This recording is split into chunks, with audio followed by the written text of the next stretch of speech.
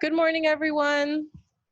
Good morning and welcome to the Community Advocacy and Violence Prevention Summit. We're so happy you're here and we're really excited to share in today and collaborate with you in the future.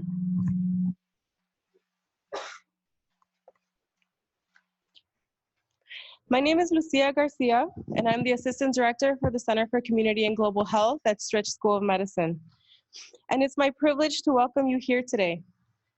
Thank you for taking the time to gather together to listen to the wisdom and experience of our talented and committed presenters.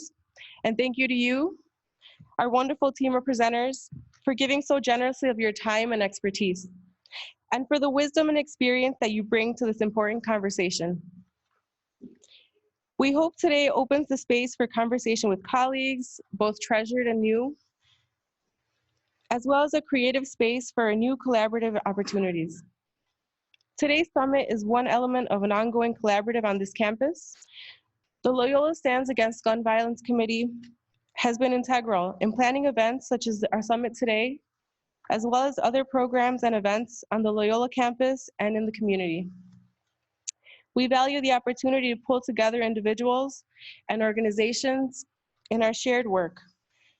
You can read more about the good work of many of the Loyola Stands committee members in our program today. And one important announcement to share is that along with Ready Chicago, Heartland Alliance, Institute for Nonviolence Chicago, Rush, and Stroger, Loyola University Medical Center recently learned of funding for the planning phase of a trauma recovery center through the Illinois Criminal Justice Information Authority. We're glad to have so many partners in the room today for this grant and for other initiatives, so we thank you for the work that you're doing. Today's summit is a signature event of the 150th celebration of Loyola University Chicago. During the next 18 months, the university will honor and celebrate significant historic milestones and events that marked its founding 150 years ago. Loyola is marking its sesquicentennial anniversary with festivities, symposia, and signature events like today.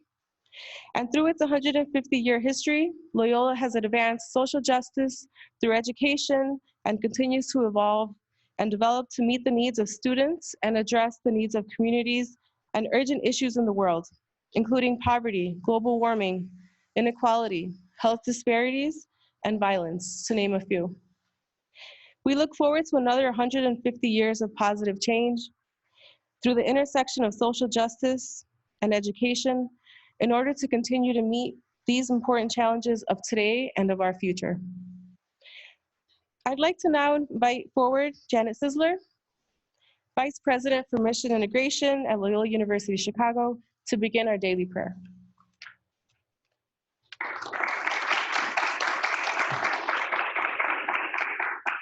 Thank you very much. Good, gracious, and loving God, whom we call by many names, but whose infinite love is not contained by any one name. We come together today with concern for the safety of persons and communities. We come together today with gratitude for the opportunity that we have to unite as people of goodwill, who foster fullness and prosperity in our world, beginning within our own communities. We come together today with commitment to use the abundant gifts that God has given us to benefit all people. We come together today with hope. We hope for wisdom and guidance to promote human flourishing to the fullest capacity. Receive these, our prayers. We hope for wisdom and guidance to promote human flourishing. We hope for gratitude. We hope for vision and wisdom, so that the gifts that we have given will change this world into one of kinship with God. We ask this in your divine love. And please join me with saying, Amen. Amen.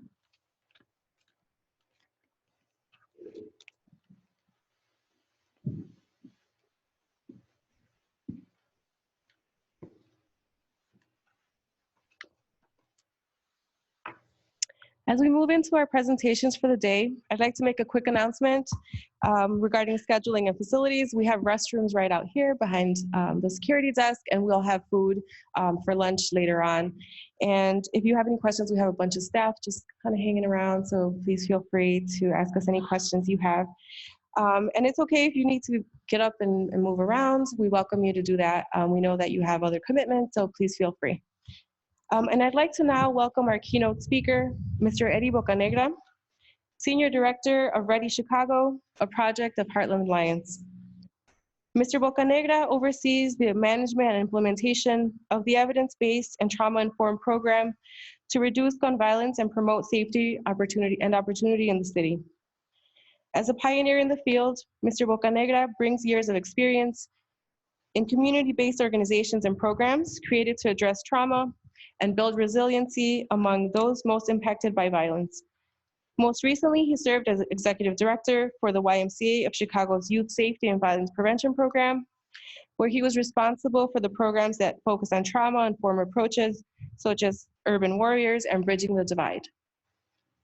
Prior to working at the YMCA, Mr. Bocanegra was a congregational organizer for Community Renewal Society, where he led FORCE, a coalition that advocates for increased opportunities for the formerly incarcerated.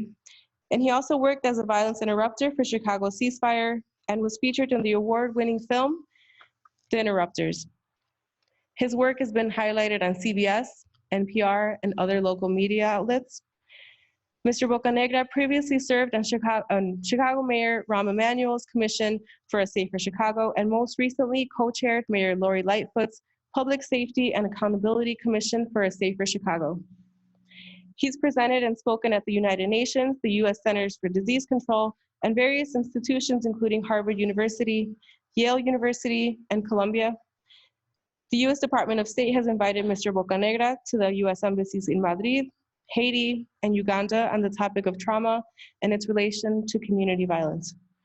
We are honored to welcome Mr. Eddie Bocanegra.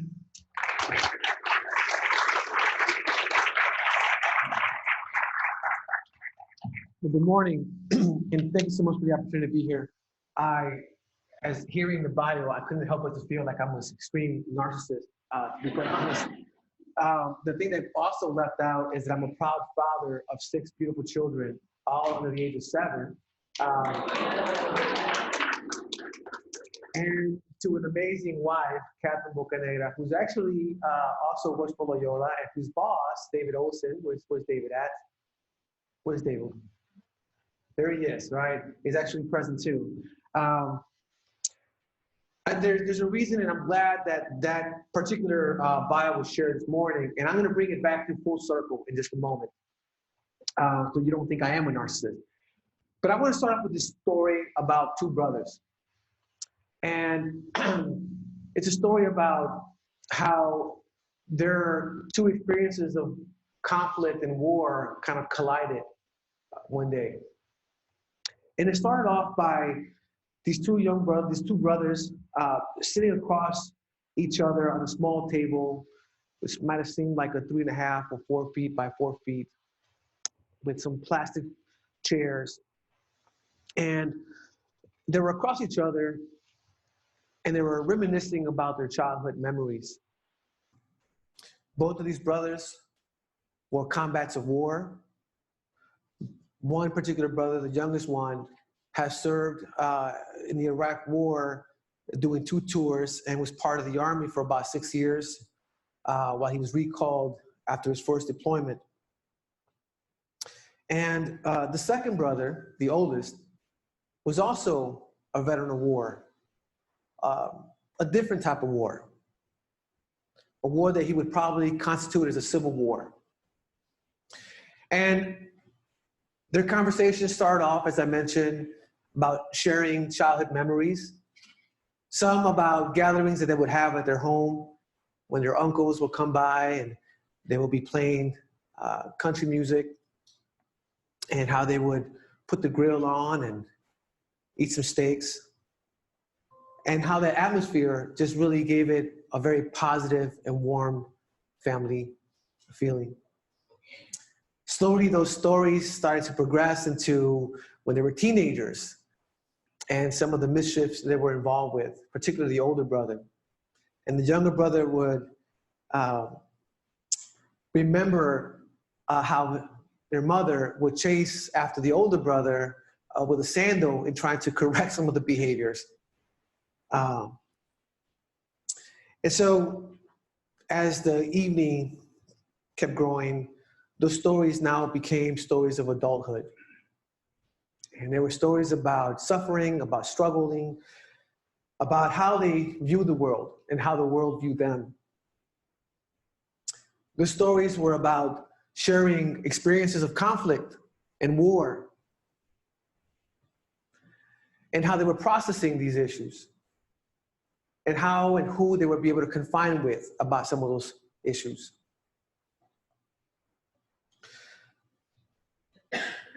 As the older brother was looking at his younger brother recant some of his stories of combat, he couldn't help but to look at his younger brother in his army uniform, in which you call a dress-up uniform. And in his left lapel, he had an amazing, beautiful, colorful plaque of ribbons and medals. And he was extremely proud of his valor, but also the fact that he didn't complain. He felt like a proud American. He felt that he had served his country, that he had made his family proud. And despite of the struggles that he encountered and his injuries, he felt that it was an obligation for him as an American to do this work.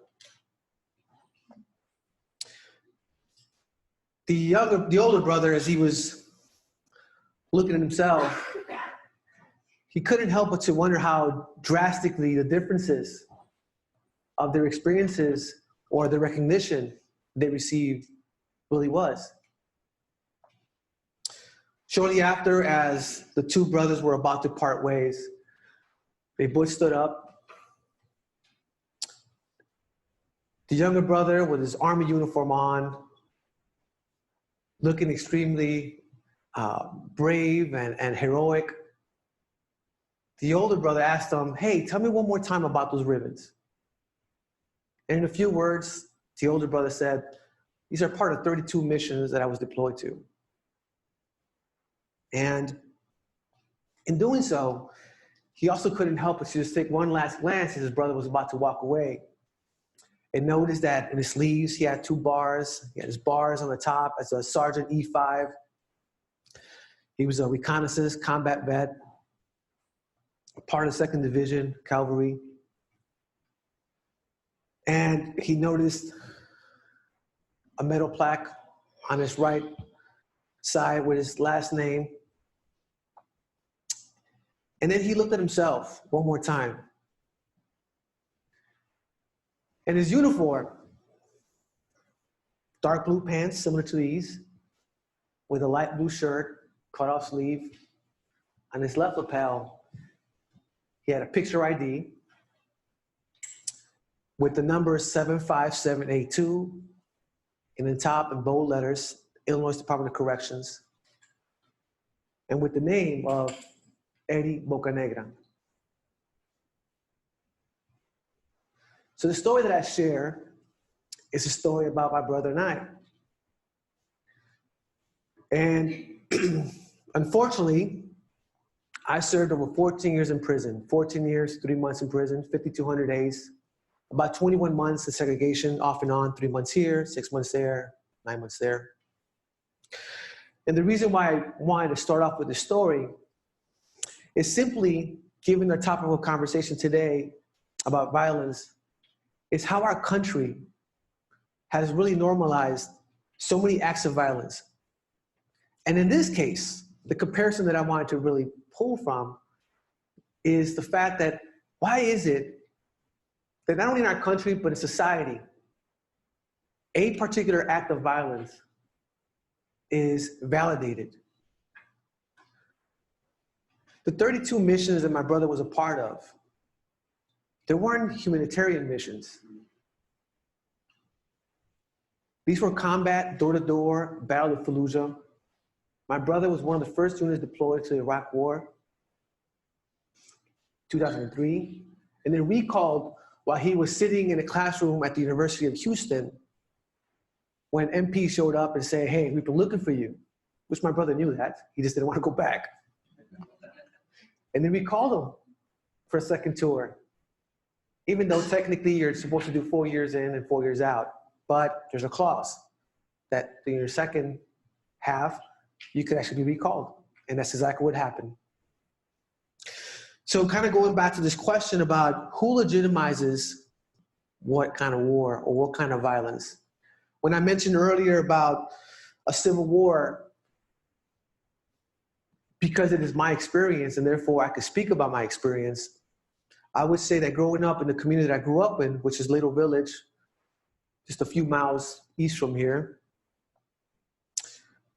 it felt like a civil war when you have to walk from one city block to another and feeling like you have to walk through landmines and feeling that it's almost like door-to-door combat or block-to-block combat. And that happened even more so as I became a teenager. And simply because of the geography in which I was born to in that particular community, it didn't matter if I was affiliated or not. There was an assumption. Now, in this case, the assumption was correct. I was a former gang member. And I went to a school, Bogan High School, 7th Anthony Pulaski, because I felt that I had actually more opportunities there to kind of get away from the streets. Because just a block away or 2 blocks away from where I lived at was Farragut High School.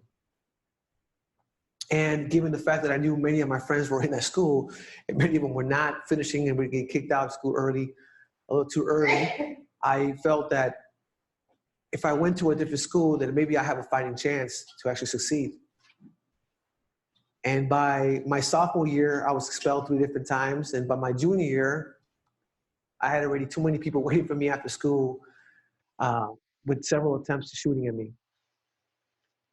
In fact, for several months, there was bullet holes at the school back door because as I was walking out, I was shot at from a distance. And luckily, I was able to close that door fast enough where the bullets kind of went through that door.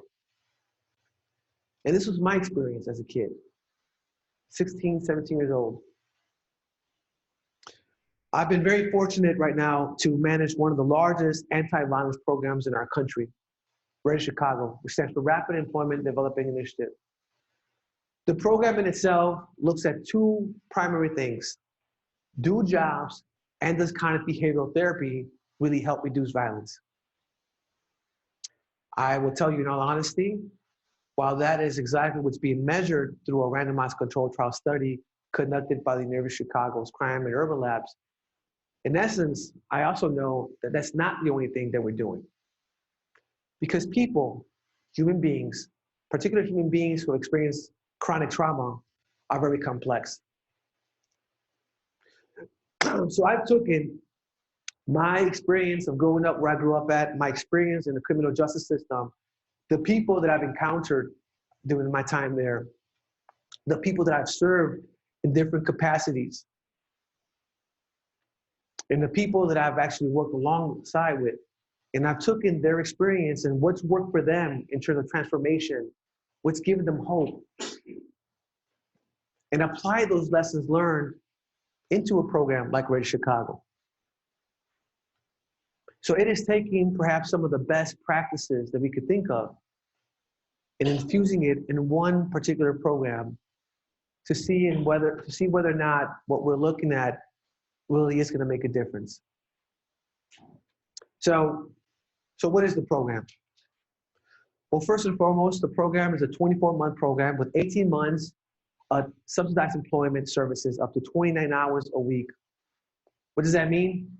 It means that the 660 men thus far, 2.5 years later, that have been part of our program have been given the opportunity to receive employment right there and then. It didn't matter whether they had 17 or 18 arrests, which is the average arrest that our participants have. It didn't matter that 60% of our participants have been in prison. It didn't matter that 79.2% of our participants have been victims of violence, 1/3 of them being victims of gun violence. These are facts informed by police data. And that goes along with people who don't necessarily self-report or disclaim that they too have been victims of violence and maybe for whatever reason They didn't go to the hospital and chose not to share with us. So I believe those numbers are actually much higher. It's meeting people where they're at. I'm a graduate of the University of Chicago's School of Social Service Administration. And part of my rigorous training was also to really critique research, academic articles, and how does that really apply in the work that we're doing. And because of that, I'm able to also think about what does make sense for the people that we're serving. Is 24 months enough? And the truth is no, it's not. Is 18 months of employment enough? The answer is not. But we have a window of opportunity right now to see what is it that we're going to learn, because for this particular population that I'm going to speak about, we haven't done a really good job in understanding it. So who does Ready serve? We serve those who are in the margins, those who are victims of violence, and those who are more likely to become perpetrators of violence. We use police data, we use other data points to help inform who it is that we're serving.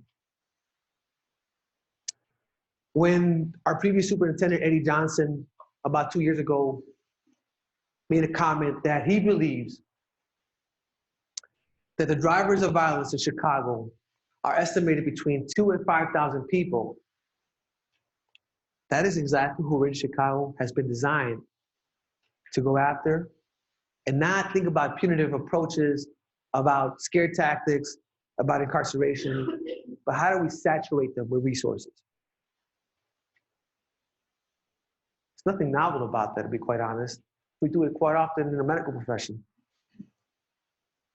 So there are 3 ways the individual comes to our program. The first, as I mentioned, the University of Chicago's Crime Lab. There is an RCT study that's being conducted. So 50% of the people that get pulled into the program get the treatment, 50% are in the control group. Now we could discuss in a different conversation the ethics behind that as well. If you know people are more likely to be shot, you know, Eddie, why wouldn't you provide the service? Well, the truth is, as I mentioned earlier, we haven't done a really good job in studying or understanding this population to begin with. And we don't even know what really works and what doesn't work. I mean, yes, there's some evidence out there that supports that some programs are able to produce some positive results, but even those programs can be questionable. Even when I use the word high risk, or when you hear that word high risk, like, what does that really mean? How do you know that the people that you're serving are high risk? Just because you're coming from North Lawndale or Inglewood or West Garfield or Little Village, it doesn't mean you're a high risk individual. What do I mean by that? So your average 18-year-old resident of Chicago, out of 770 communities, the average 18-year-old plus individual is 0.001 out of 100 to be a victim of gun violence. Think about that, 0.001 out of 100. For your average resident in North Lawndale, in Austin, in West Garfield, in Inglewood, that percentage goes up just a little higher, 2.2% out of 100. It's pretty high, if you ask me. You compare that number to their peers in that same community, 18 years and older, but now thinking about Ready Chicago participants, they are 7.2% out of 100 more likely to be a victim or a perpetrator of violence. 7.2. So because we have this data, I'm able to articulate that. I'm able to say that who we are working with are the highest risk individuals in our city. And so in addition to jobs, which personally I don't think jobs are going to solve our crisis with the issue of violence, but there is evidence that demonstrates that having a job, finding purpose, helps reduce particular behaviors, gives you a sense of belonging, gives you some sense of hope, something to work towards too. But there's still, some challenges with that as well. So again, as I mentioned earlier about my experience in systems and my work and those that I work with alongside to address these issues, there's this thing that I've noticed that makes people slightly a little different from others. And that is some people are perhaps more reflective in themselves, in decisions that they've made. They're more critical about what led them to prison or what causes an individual to actually pick up a gun or to mitigate a conflict in a negative way. So at the end of the day, what we've done is introduce this idea of cognitive behavioral therapy, CBT, into the equation. How do we disrupt thinking patterns? Not necessarily addressing the trauma just yet, but how do we think about curriculum designed to intervene with criminal mind behaviors? And then what does it look like to empower individuals from the community, you train and develop them, and how to facilitate a curriculum around CBT? And I would tell you, while the verdict is still out there, our early analyses are indicating that the program overall is showing promise in the reduction of gun involvement and victimization. Now, I'm not celebrating just yet. I'm a person who loves, I'm a very competitive individual. You should have seen me when the Cubs won the World Series. I'm like, yes, it happened in my lifetime. And so I don't want to celebrate just yet. But the indicators are telling us right now that there's promise there. Now, again, there's promise at jobs and kind of behavior therapy, which happens 3 times a week, an hour and a half at a time, and then we pay our men for participating in the kind of behavior therapy. Yes, we incentivize our men to be a part of the services that we believe will make them better. Why not? Particularly when there's so much research that actually demonstrates that when you incentivize positive behaviors, like you go much further with them than locking the individuals up and arresting them for a period of time. So 18 months of employment, 6 months of follow-up support, jobs, kind of behavior therapy, professional development that happens twice a week, bringing great partnerships along the way. Heartland Alliance is not the only agency doing this work. We have 6 other partners like North London Employment Network. We have the Institute for Nonviolence, UCAN, London Christian Legal Center. There's our own Heartland Alliance Human Care Services, our Heartland Alliance Street Outreach in Inglewood, and our Centers for New Horizon, also in Inglewood. But in addition to that, there are other partners. Right now we're partnering with Rush Hospital to help us in the next couple of months start removing some of the tattoos that some of our men actually have. Because that is, we think about public health approaches, right? Like, how do you expect a person to navigate from one particular part of the city to another part of the city, particularly with city transportation, when you have all these tattoos in your face? They're targets.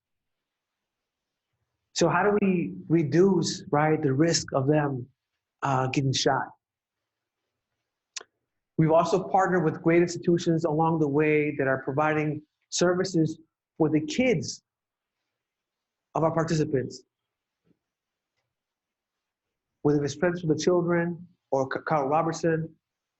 And this is, again, if 60% of our participants, which I forgot to mention, have children, think about that's an opportunity to stop a cycle of violence too. And don't get me started about race and equities and how our communities for decades have been disenfranchised and uninvested. So there's a lot more that I could talk about the program. But I think that before I even share some more facts and what we're learning through this program, in fact, let me just say this one thought. Even with my lived experience, even with the lived experience of so many people, Keith, who I see, Kevin, who I see on the other end, who was part of the brainstorming of Ready early on. I have grossly underestimated not only the societal cost, but the kind of support services that our men in our program really need. We talk about trauma-informed approaches, a term that's generically being used nowadays. We think about the ACEs study like that's the kind of cure for everything. And what I respect those researchers, right, particularly the research that happened in Philadelphia, which is more focusing on a population similar to the one that we're working with in Red Chicago. At the end of the day, right, this is information that helps us frame our work and our intervention work, but they're not the solution to everything. And just because an individual took a class, right, or just because he took a workshop or a training, doesn't make an individual an expert or capable of really providing trauma-informed support care services for the people that you're serving or the people that you are managing.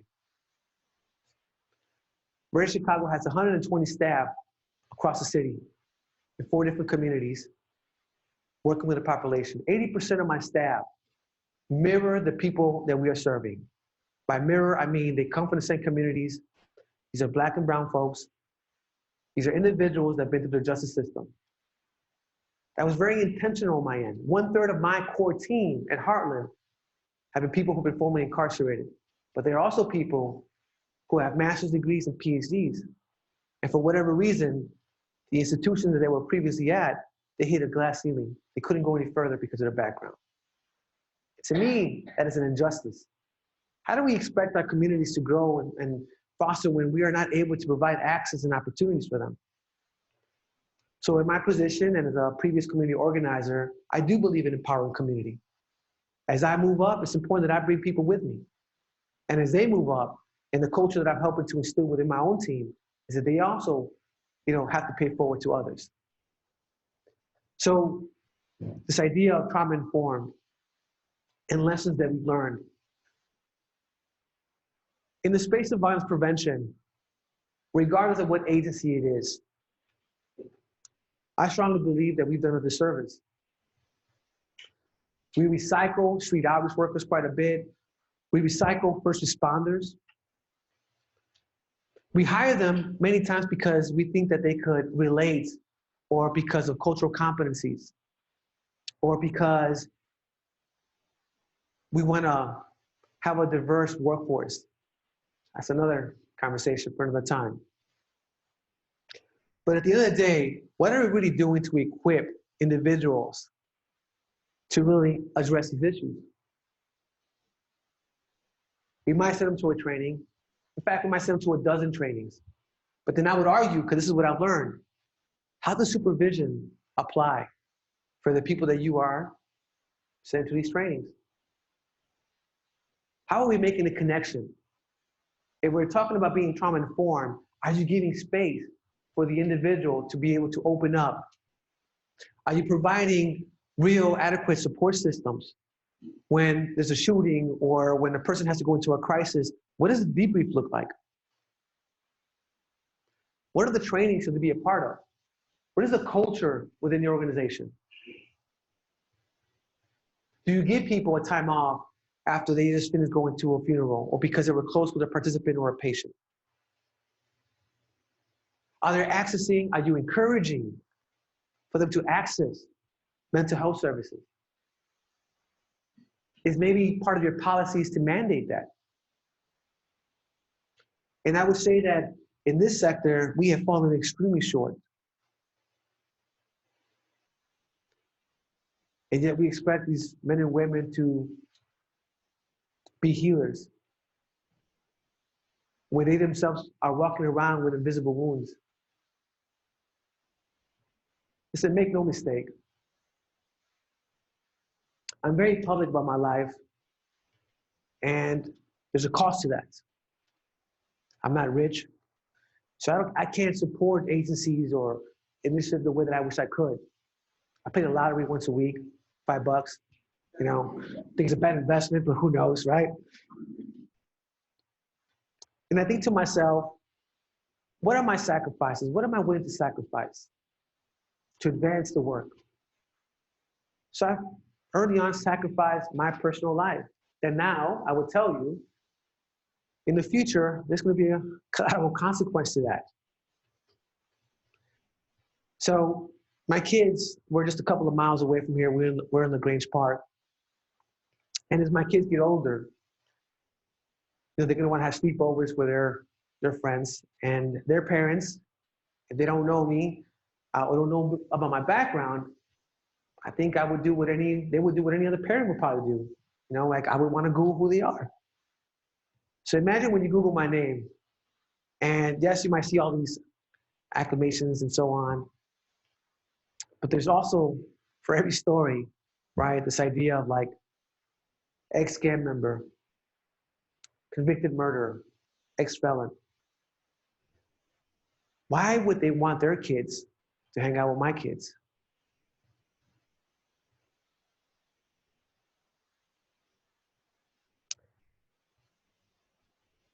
And I struggle with that. And so I have to constantly live in the world as it is, but as an organizer, think about building the world that I want for my kids to be raised in. And perhaps my neighbors will be empathetic and be open and understanding, and maybe they would want to know more how to get involved. And that's the hope behind this. And in fact, I want to read something that I just came across the other day. I was in Stateville Correctional Center yesterday, and I was with a good friend co-facilitating a class lecture through Northwestern. And there was 10 students from Northwestern, 10 students from Stateville. And these are men that more likely are never going to come home. But they have so much hope. And they remind me about what I have. And they remind me about the fact that I too was there. And so one of the classes that in this particular class, one of the articles that we were talking about it's an article called The Verdict. And I'm going to butcher his last name, but it's by Joseph Margilis. And the quote is this: "The question is not simply why some lack empathy for others. The question is that why so many people lacking that empathy seem to take pleasure in ritualized cruelty."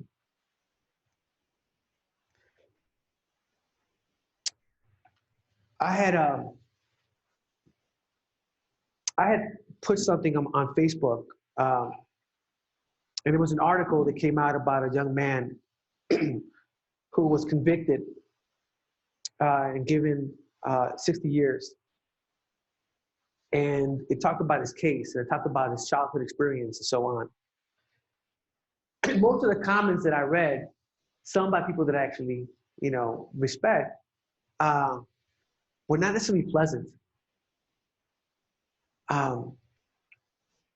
The case was a very high-profile case, and as I was reading through people's feedback, which often I don't engage in, and when I post things, I never really engage in conversations. I just don't want to, dispute back and forth. And I just put out there just to inform people as much as I read what other people post. And in this case, I couldn't help but to read, and I was fighting myself. Do I make a comment about some of the comments that are being shared right now? And it's almost like it was very extremely negative in some cases, and even by some family members. And here I am thinking, wow, but this person's a Christian. You're condemning this person. And I just started wondering that for a minute. And when I read this article, it just kind of helped me articulate what I've been thinking for some time. How often are we guilty of that? How often our own family members, our colleagues, our peers guilty of that as well? Where we think about people are beyond redemption, and kind of bringing it back to why I shared my story. At the end of the day, I stand before you, as a person who has shared my lived experience. But I stand before you too as a person that if I was to take off my suit, you would see many of my gang tattoos. You would see many of my physical scars. But what you don't see are the psychological and emotional scars that I carry every day.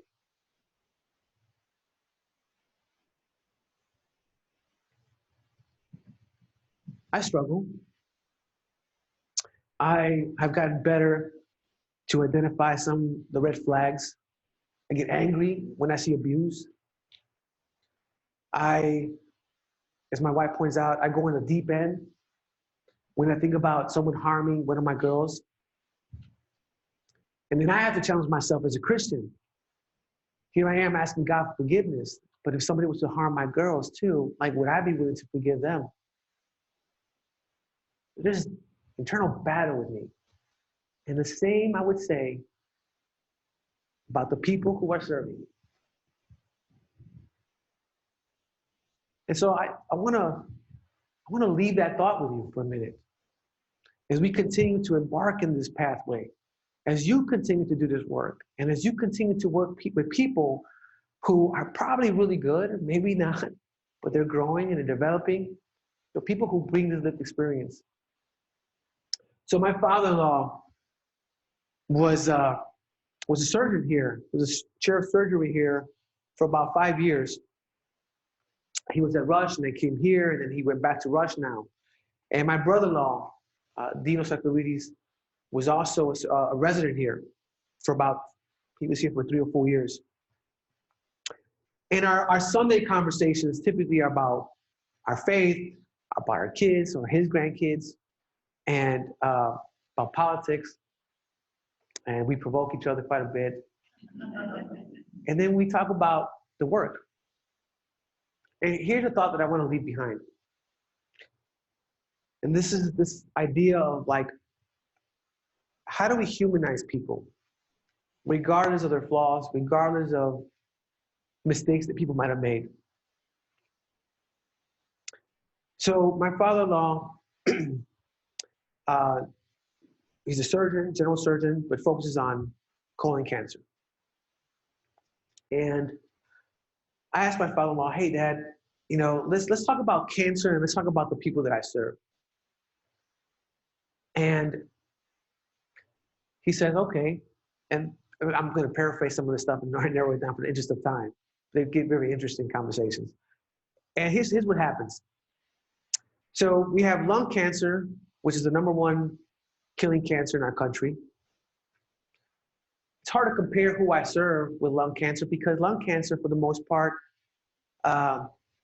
you have some who genetically or for whatever reason something happens, and then you have a large portion of them that are smokers or they're doing something, so maybe self-inflicted, right, per se. Then you have breast cancer, second leading, cancer in our country. You have colon cancer, which, by the way, I didn't even realize this, but in the West side of society, right, because we are prone to eat more animal product, which has all the fattening and so on, it leads to colon cancer in many ways.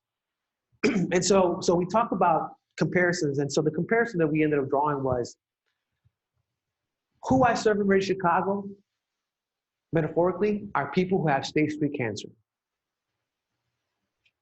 Given the stats that I shared with you earlier, it's the best analogy best comparison that I could share. If you have stage 3 cancer, colon cancer, you have a 40% chance of beating it. That's assuming that you have the best practices, the best clinicians, the best services to support you. I wish that in social services, and I wish in this particular field, that we could take some lessons for the medical profession. And what do I mean? Okay, stage 1 cancer. The kind of rigor and support and the cost behind it is far less than someone who has stage 3 cancer. And I'm not going to go into the numbers, right, because they're questionable right now. But the kind of doctors and supports that you have, right, vary. And typically, you have a doctor and his staff who are typically caring for somebody who has stage 1 colon cancer. Now, there's others, that support that as well. But when the cancer progresses and you have somebody who has a stage 3 cancer, the kind of support services, the kind of rigor that is given, the kind of treatment that is given far surpasses in terms of the people that are providing care and definitely the cost. And yet we find every excuse to justify why working in violence prevention and why working with this population is too costly. That we're probably better off incarcerating them, even though in the state of Illinois, to incarcerate, and maybe you could help me with these numbers, to incarcerate a juvenile for 1 year, it's about $170,000 plus. $170,000 plus for a juvenile. For an adult, it ranges between $30,000 and $35,000. And yet your return, because you are taxpayers, your return of investment is pretty much 0 to none. So I want you to think about that for a moment. How do we give the dignity for people who often society has casted out because of prior mistakes or because of the current situation? Why should I be guilty of the fact of where I grew up at, the limited resources that I had, the limited access that I had? I didn't choose the parents that I was born to, and I definitely didn't choose the neighborhood that I was born into, no more than you did. And yet zip codes determine so much about people's trajectory. My last note behind this, and I want to take a few minutes for maybe a couple questions, is simply this, is that people in violence are very complex. Radio Chicago is not the solution to this issue. It is one approach to addressing the issues of violence in our city. Many of you here in this room, in your own capacity, within your own agencies, are working in a similar space. And it literally takes a village to help reduce violence. I see my good friend Phil Landrew here as well, who's an amazing leader working for the Archdiocese as well. And I'm here to tell you, there are many people in this room that I know that we come together regularly to figure out how do we tackle this issue. And we haven't solved it. We haven't solved it because we also haven't been really serious about this. And I think it's the takeaways I mentioned earlier is how do we humanize the people that we're serving? How do we support the people who are caring for others? And on that note, I just want to thank you for your time. I appreciate the fact that you are here today in this room. So thank you.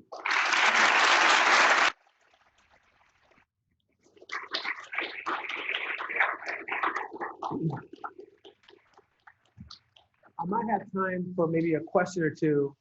Looking at the seal for my cues, but we might have a couple minutes or so. How much time do we have? Approximately? We have about 5-6 minutes. So if anybody has a question or a comment they want to share, please feel, if you could stand up and just share, that'd be great. Please. You might have to speak real loud, but I don't think we have a mic out here. So you might have to speak a little loud. Okay, you just mentioned that we're not really getting a return on the investment that we're making currently. So, and you said that we're not doing that, or these programs that are needed are not the programs. It's on. Is it on? The programs that are needed are not being implemented. So, you know, what do you think needs to happen in order for us to get serious, your words, about really doing what needs to be done? It seems like, you know, we're just working around the periphery of the problems. You mentioned that you're working with the kids of some of these offenders. And in my belief, I think that that's really where we need to start. Yeah. Because you can take let's say an adolescent, yeah, and we can pour resources into that kid, yeah, but that kid has to go back into a toxic environment. Yeah. So, you know, what are we doing to, you know, kind of counter that option? Great question. So just to kind of keep it simple on my end. So it's kind of like what came first, right? The chicken or the egg? In Chicago, victims of violence,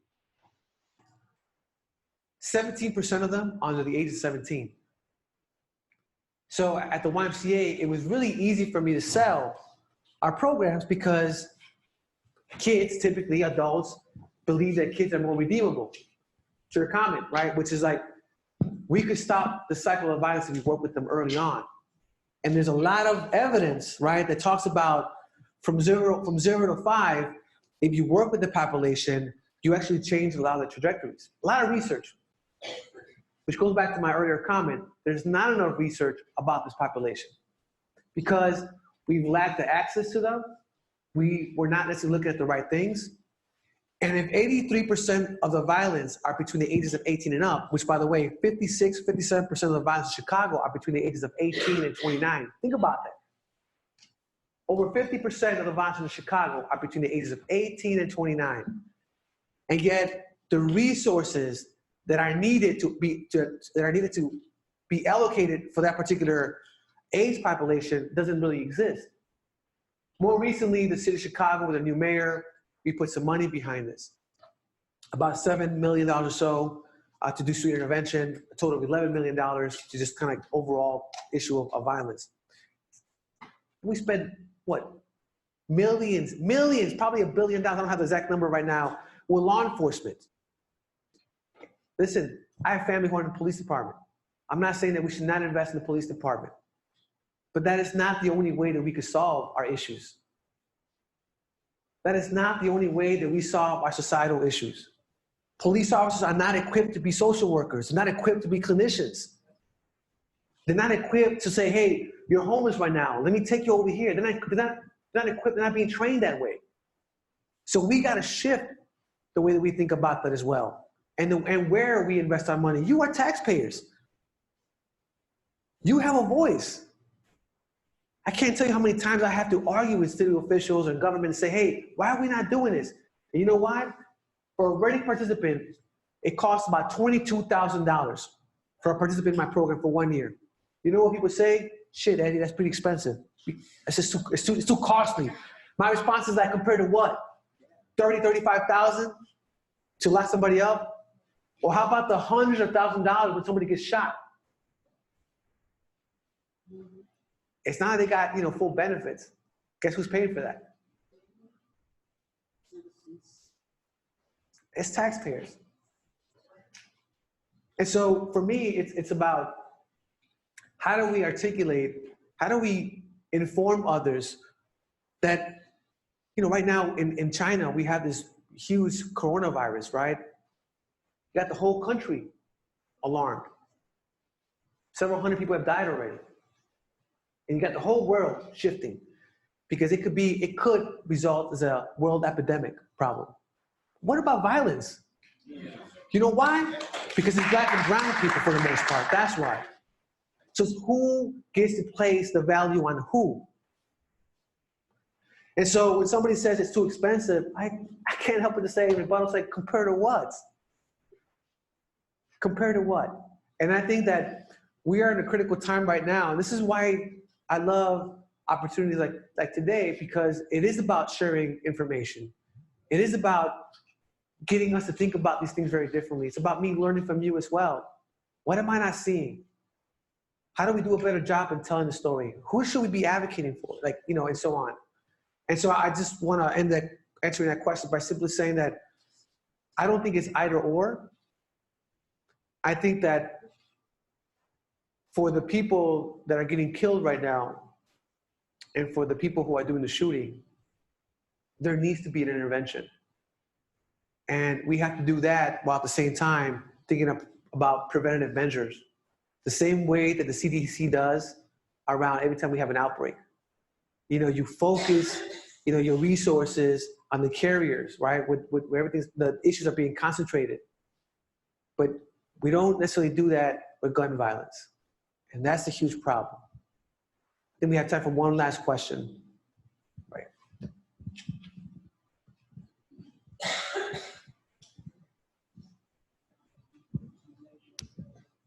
All right, thank you so much. My name is Samuel. I just wanted to find out from you if you've got a way in which, in other words, do you have any referral system for your programs that you're doing to help, these individuals? And also, I was wondering, is there a way to track the success rate of your programs? Some of us want to be able to read more about it and see how we can also implement them in our own little ways in the community and also where we work. So I was wondering if you have any referral system, for your programs. Sure. So Ready Chicago is really designed to refer people. So we provide an intervention, but beyond that, we don't have the capacity to really provide the kind of care they really need. So we have a huge deficit right now in our city, in our state, around housing. Just think about basic needs, Maslow hierarchy of needs. If you don't feel safe, you don't have shelter, if you don't have food, how can I expect them to retain the kind of job skills that we're giving them? How do I expect them to really retain what they're learning in cognitive behavior therapy? It's impossible. I mean, you look at all the adult learning, you look at all the research out there, it's like we're kind of going against the grain there. So housing is a big issue. So therefore, we have to partner with different organizations that can provide some of that. Now we have some, but we're falling short. There's not enough resources out there around that. When I mentioned about referral systems, for some, not all of our men who have children, because it gets complicated. Some of our men, while they have children, don't have custody of them, or they're not in the best, they don't have the most healthiest relationship with their kid's mother, for example, right? And so it's also challenging sometimes to support their kids. But we have a referral system for them as well. Education, we have a great relationship with the City College of Chicago, where we refer a lot of our guys there to receive specific trainings like forklift driving, for example, and other kind of certifications, but also classes. A little bit over half of our staff, of our participants, don't have a high school diploma or a GED, maybe about 56% or so. And even those who do, to be honest with you, as we learn with a very small sample, people even with a high school diploma are actually reading at a 7th grade level. How do I expect them to succeed, man? Not to mention that many of our men, right, have previous felony convictions. So we partner with other institutions, right, to help remove some of those arrest records, right, some of those barriers, because they're barriers for employment. But we're also great to have partnerships like Rush Hospital, who is hiring some of our guys. There's laws now at the state that change where they could hire our guys, or they go to their vendors and say, hey, we want you to have an opening for 5, 6 people, and we want Ready Chicago to benefit from that. We also have Chase Bank, for example, one of our core sponsors behind this. They too, right, think about all the regulations they have to go through the federal government. They too have been challenging themselves and their policies to hire people, individuals as well, with past backgrounds.